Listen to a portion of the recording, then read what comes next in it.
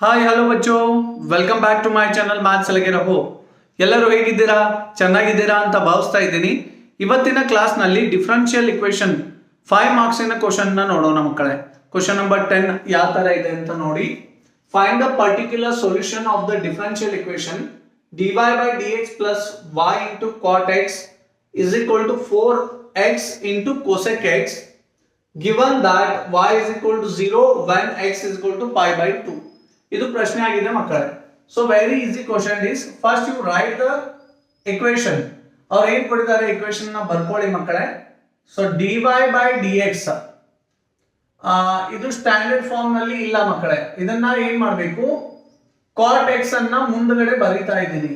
So ಆಮೇಲೆ ಏನಾಗುತ್ತೆ ಮಕ್ಕಳೇ, y ಅನ್ನ ಬರೀತಾ ಇದ್ದೀನಿ. ಸೊ 4x cosec x ಈಗ ಏನಾಗುತ್ತೆ, ಇದು ಸ್ಟ್ಯಾಂಡರ್ಡ್ ಫಾರ್ಮ್ ನಲ್ಲಿ ಕಾಣಿಸ್ತಾ ಇದೆ. So this is in the form. ಯಾವ್ದು ಸ್ಟ್ಯಾಂಡರ್ಡ್ ಫಾರ್ಮ್ ಅಂದ್ರೆ, this is in the form dy by dx plus py is equal to q. On comparing this, compare ಮಾಡಿ ಈ ಇಕ್ವೇಶನ್ ನ. ಈ p ಅಂದ್ರೆ ಏನ್ ಮಕ್ಕಳೇ, p ಅಂದ್ರೆ cot x ಆಗುತ್ತಲ್ವಾ, where p is what, cot x. q ಅಂದ್ರೆ ಏನಾಗುತ್ತೆ ಮಕ್ಕಳೇ, 4x cosec x ಆಗುತ್ತೆ. ಸೊ q ಇನ ಬೆಲೆ ಎಷ್ಟಾಯಿತು, 4x cosec x ಆಗುತ್ತೆ.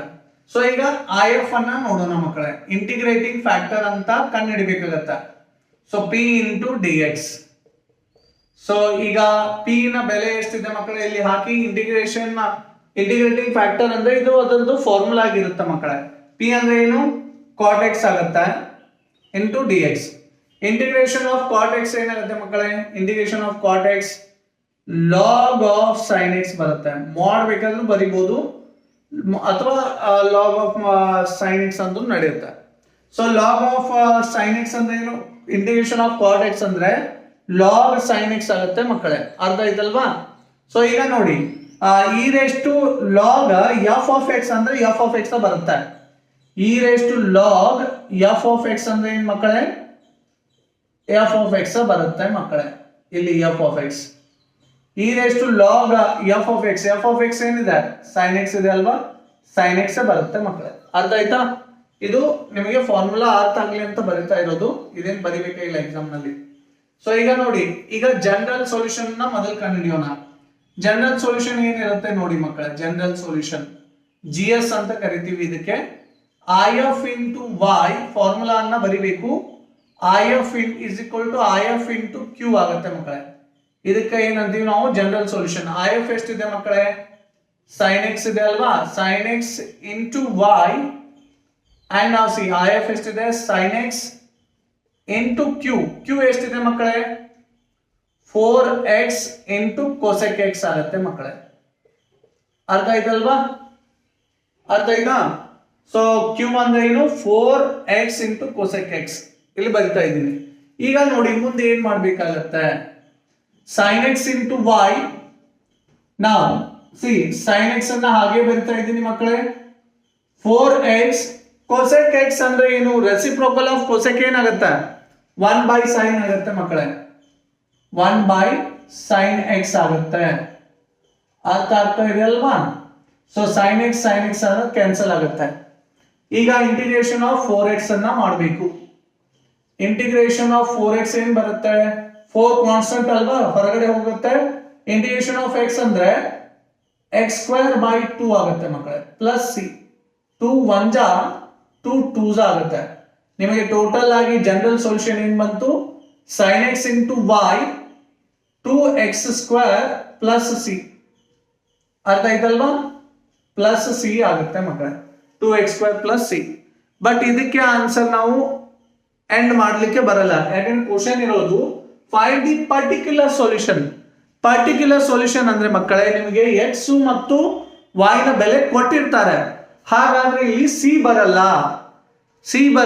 c ನ ಬೆಲೆಯನ್ನ ನೀವು ಕಂಡು ಹಿಡಿಬೇಕಾಗತ್ತೆ ಮಕ್ಕಳೇ.